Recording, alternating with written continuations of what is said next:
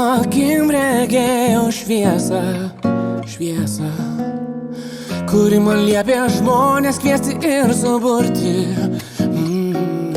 Kelionė mūsų čia prasidėjo labai greitai ir netikėtai.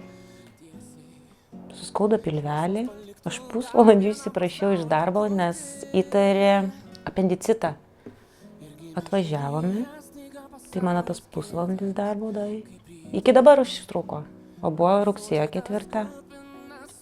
Deimantė į mokyklą nuėjo tik tai 2 dienas. Dabar nuotoliniu mokomės, bandom pavyti.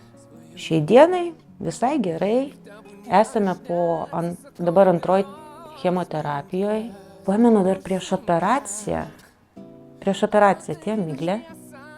Mes kaip tik neišeidinėjome iš žaidimų kambario, atėjo Miglė, atidarom duris, sako, oi, sveiki, mes čia iš fondo kokienos, va čia imkit, užpildykit svajonių laišką. Dar taip paėmėm, galvojom, kaip ir viską turim, nieko nereikia. Žinot, tokia nebaisi ta liga, kas čia, ne, mums čia nieko nereikia. Aišku, paskui sužinom diagnozę, pradėjo nuotaikos truputėlį kristi, ne? Kriti. Paskui sugalvojo, ko jinai nori, kad būtų geriau, linksmiau kovota, ne?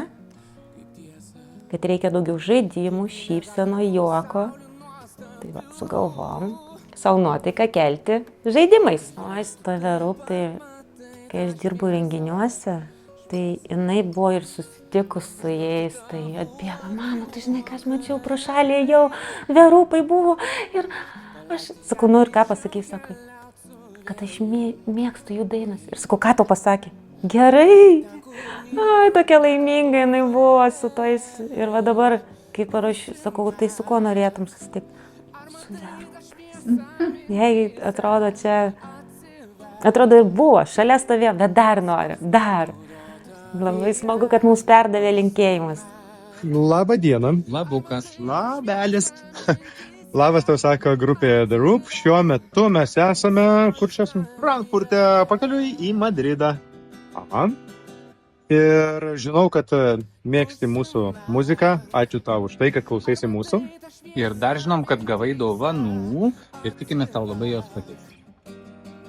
Ir ką mes pridedam linkėjimus? Prie dovanų pridedam linkėjimus ir labai tikimės susitiksim viename iš mūsų koncertų. Iki. Norim padėkoti visiems, kurie mus palaiko, nes be jūsų palaikymo būtų iš tikrųjų labai sunku. Ir tiek daktaram, tiek Kaukieno fondui, tiek jums, Miglė, tai čia yra fantastika, kiek visi visko įdeda. Net Deimantė sako, reikia Miglė kažkokią dovaną nupirkti, nes, sako, jinai tiek stengiasi dėl mūsų. Draugam, nežinau, labai palaikymo to didelis pas mus, labai. O to reikia, kaip sakau, tas palaikymas sudaro gal kokį 60% viso gydymo. Tas šypsenos vis tiek, ne tik vaistai padeda, ne tik vaistai.